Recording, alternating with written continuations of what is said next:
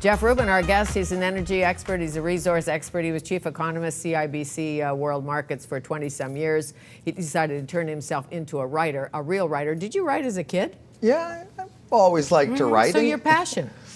What about the math thing? Well, you know what? I was a poli-sci guy who could do math. Hence, I got a degree in economics. Economics, econometrics, macro, micro, right. All of the above.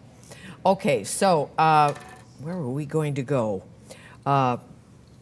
Safeguards in place today for us are where? What country? Well, I think... What can we learn from Denmark? Okay, I think if we look around the world, there are some really hopeful examples. And Denmark is a particular case in being able to lower our energy consumption. Because if we lower energy consumption, then our economies are less vulnerable to these energy prices. So Denmark, as you know, is a country that has actually, walked the walk when it comes to carbon emissions. Their emissions are down like something like 13% below 1990 levels. Ours is like 30% above.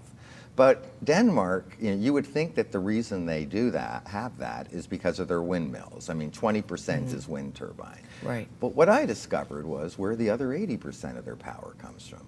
It comes from coal. That's right, good old dirty coal. And 80% is about the same share as coal has in China's grid.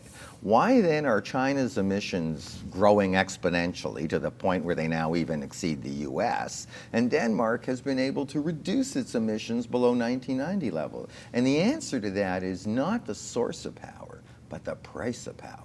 Because whether your home is powered by coal or by wind, you pay 30 cents per kilowatt hour.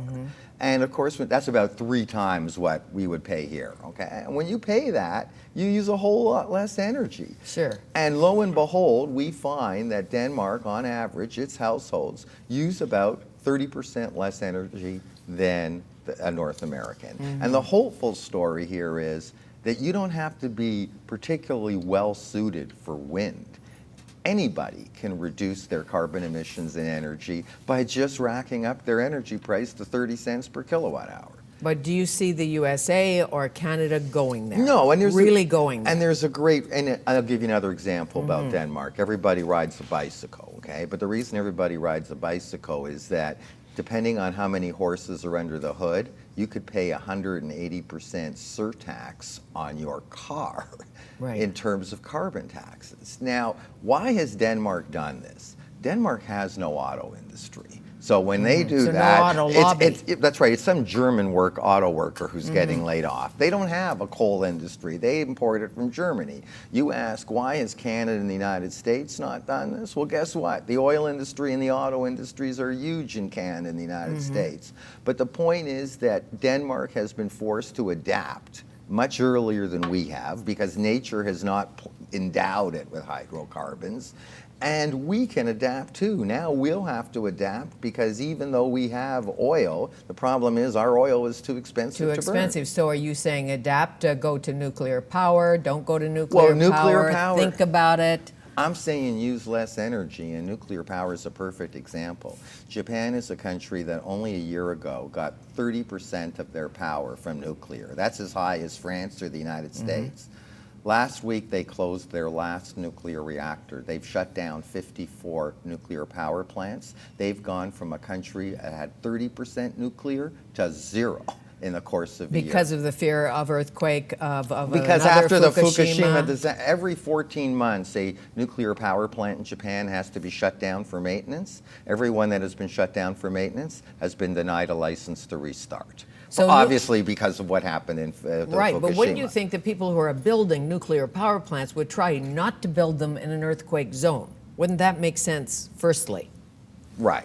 And I think what you're going to find is that after every nuclear disaster, whether it's Chernobyl, 3 Mile Island, now Fukushima, not only do nuclear power plants not get built, but the few ones that do get built, the power costs go up almost double because every nuclear disaster leads to more containment, more safeguards, making nuclear power more expensive. So back to your major premise, less is more. We will have to make do with less. And where do we start? By walking to work, taking the bus, putting solar panels on the house, what? The major thing is reducing our usage of cars.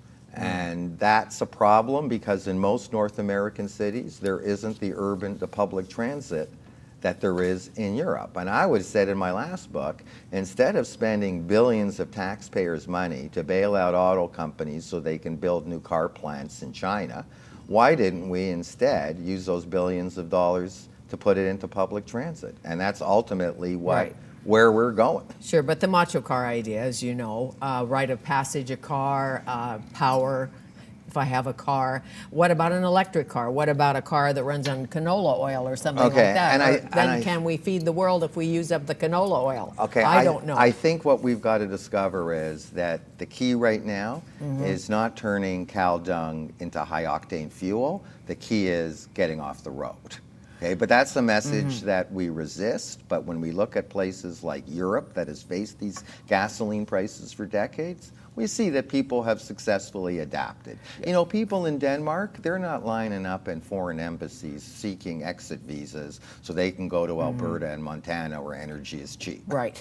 And the whole Keystone thing, the Enbridge thing, what's your take on that? Well, my take on that is that's a bigger ripoff of Alberta oil producers than the National Energy Program was 30 years ago. I mean, I don't know if most Canadians realize it, but for every barrel of oil that we send down to Cushing, Oklahoma from the tar patch, we're getting about $20 less than the world oil price.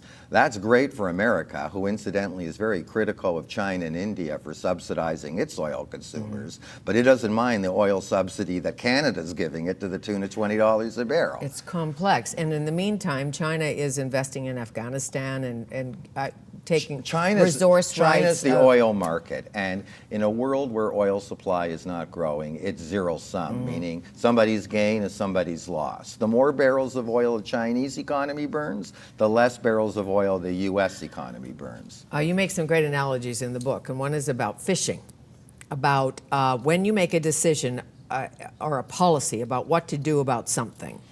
And unintended consequences. Unintended consequences. And you talk about catch and release or catch and eat.